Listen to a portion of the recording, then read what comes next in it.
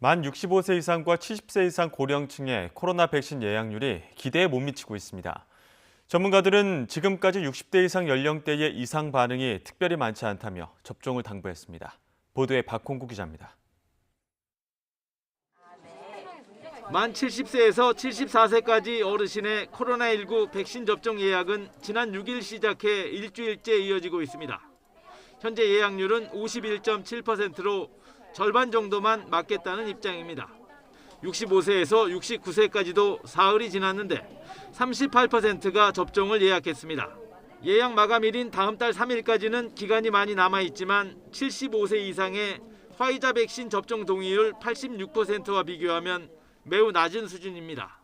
이 연령층에 있어서 아스트라제네카의 접종을 많이 받을 수 있을 만한 어떤 유인책들을 많이 마련해야 되는데 그 부분에서 제일 중요한 것이 이 부작용에 대한 여러 가지 피해 대책도 물론 있겠고요. 정부의 백신 접종 설명회에서도 부작용에 대한 우려가 많이 제기됐습니다. 고혈압이나 당뇨 같은 기저질환이 있거나 과거 병력이 있는 경우 백신을 맞아도 되는지 질문이 이어졌으나 전문가들은 심한 경우가 아니라면 기저질환은 문제가 되지 않는다고 밝혔습니다.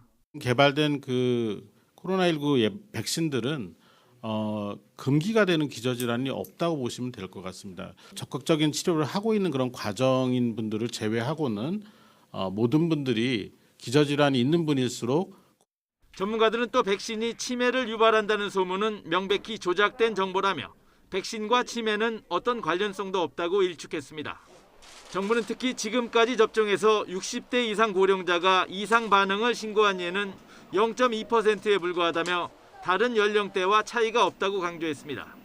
국내 60대 이상 접종자의 99.8%는 특별한 이상 반응이 없이 접종을 받으셨습니다.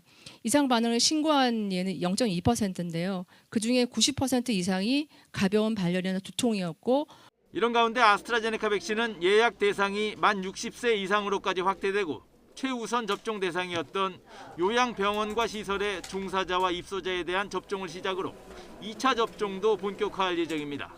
이어 백신 물량이 추가로 확보되면 이번 달 말부터는 고령층에 대한 접종이 시작됩니다. YTN 박홍구입니다.